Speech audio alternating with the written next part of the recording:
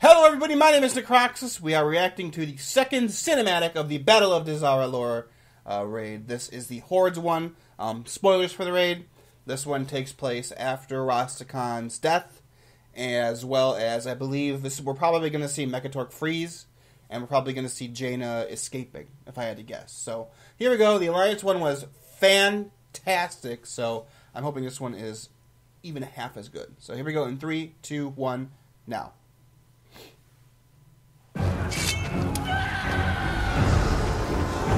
Princess Talanji!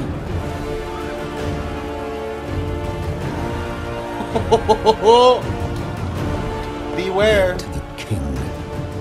No. Beware, beware, the daughter of the sea, Thanos. Why are you not dead already? Father, no. Please, stay. Stay with me. Talanji. My daughter. I'm so sorry. Hush, Father. Shh. It's all right. Forgive. Wow, look how, like...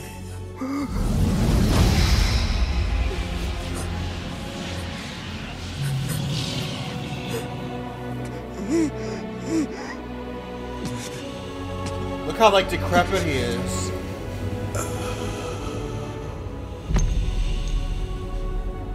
Oh my god, he's like a skeleton.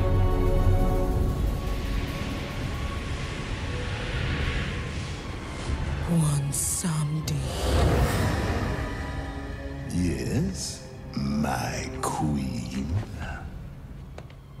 What have you done to me? Oh, he didn't tell you about our bargain? Shame on him. Your Majesty! The Alliance dogs are escaping! What are your orders?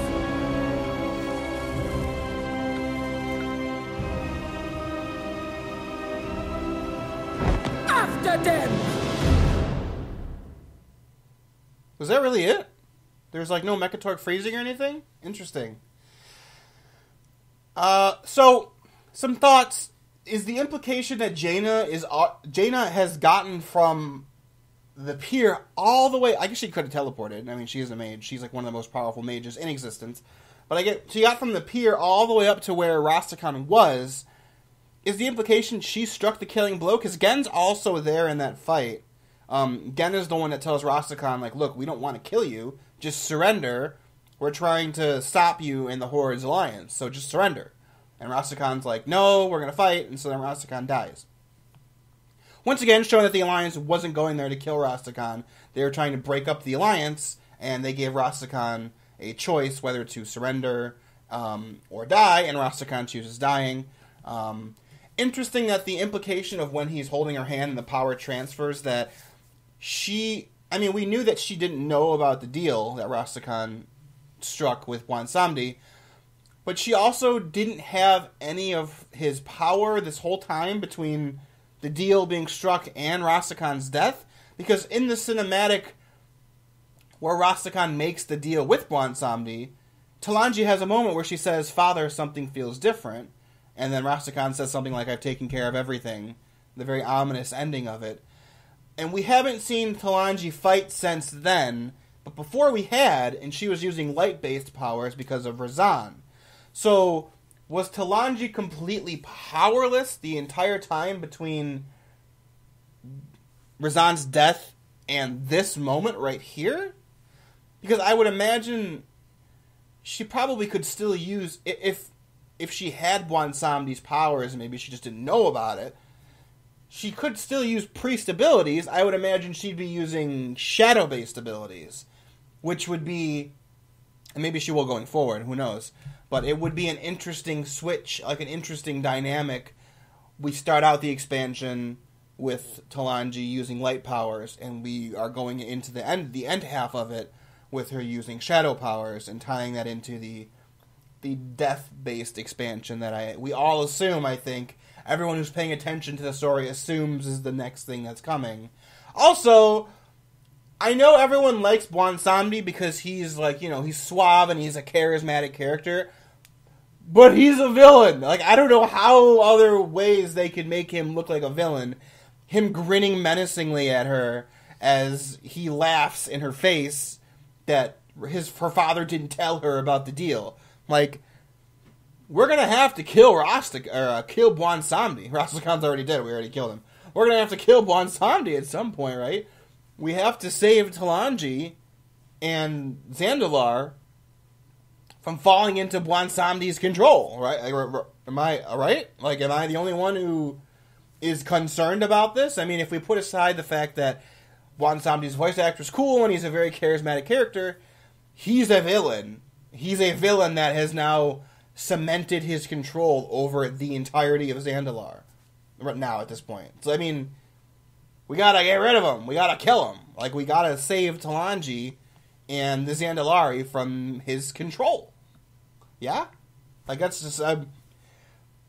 it's weird to me that everyone's like, Bwansamdi is such a cool character and I don't want him to die. And I'm like, no, I want him to die because I want to save the interesting character, Talanji. I want to save her and I want to save Zandalar from this villain's control.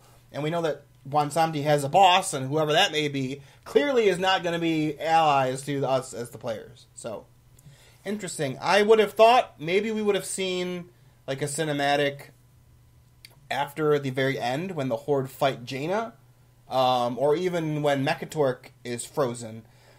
But I guess they kind of wanted... Those are probably in-game cutscenes, and they probably wanted something for the raiders to experience in the raid, rather than the second this patch went live, we found the 2 video files in the files, and here we go. So, it was interesting.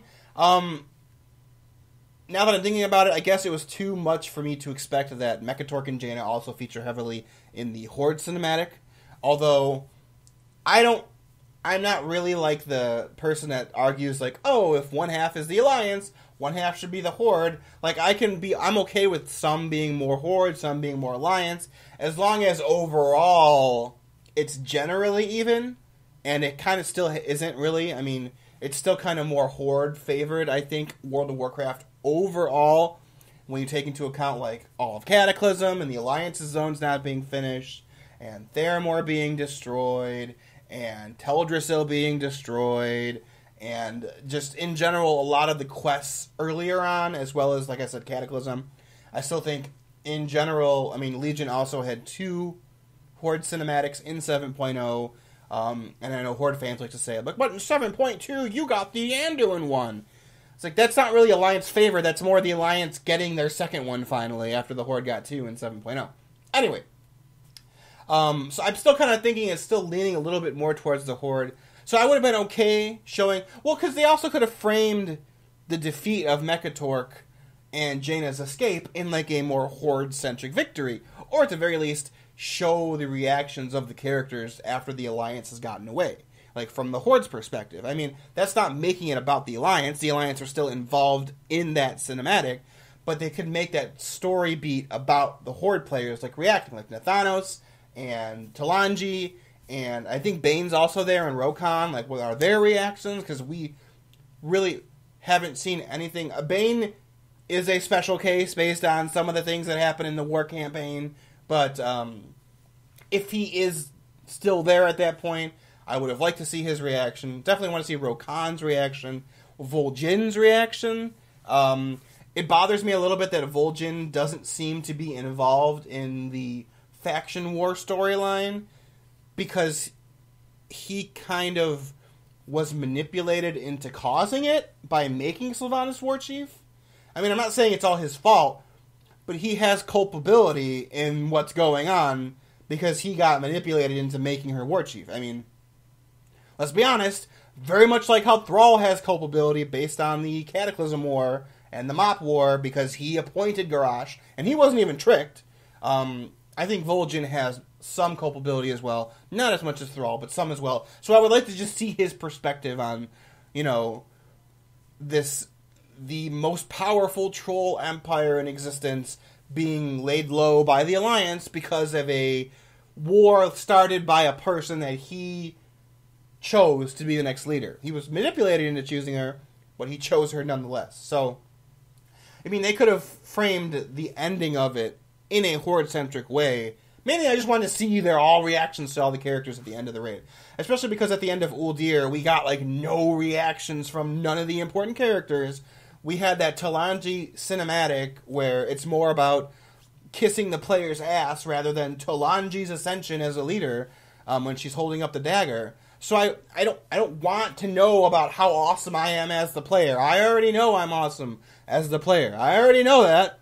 I want to see all the other characters' reactions to what's going on. And I fear that with the next patch being Azara, actually Bane should still be here. The Bane stuff doesn't happen until 8.1.5, so scratch what I was saying. I want to see Bane's reaction to what the fuck's going on in Zandalar, in Dazar'alor. But anyway, my fear is with Azara coming up next, I'm worried that the faction war is just going to be dropped, or very, very severely reduced. And although I do like Azara, this is the faction war storyline, right? I mean, it's the faction war storyline with the secondary antagonist being the old gods. So, even though Azara should get her moment to shine, I don't want the faction war to just disappear, because that's the whole narrative thread of the expansion has been the faction war. So, that's all I really want. I just want more character stuff. So, anyway, it was cool. It really wasn't... I like the Alliance one a lot more, because it was stuff that I hadn't seen before. And what I mean is, I've already seen Bwonsamdi being like a douchebag to Rastakhan, and now he's just doing the same thing to Talanji. We already knew that Talanji didn't know about the deal from the other cinematic. We knew Rastakhan was going to die. Blizzard even spoiled it in their description of the raid for people who aren't paying attention to like PTRs and stuff. Blizzard flat out spoils in like their big blue post a couple weeks ago about the raid, saying like, midway through after Rastakhan's dead, the Alliance players are going to look like the Horde, and they're going to play through it. It's like, alright, well, they spoiled like the biggest moment of the raid, in my opinion. So, I don't know. It was cool, but it was not a lot of stuff that we hadn't already known or could have predicted would have happened if you were paying even the smallest amount of attention. But I wasn't say it was bad. I do like Bwonsamdi being his charismatic little, douchey self. Talanji is always great. I love her character. She is fantastic. I love her voice actress. And, yeah. So let me know what you guys thought in the comments below.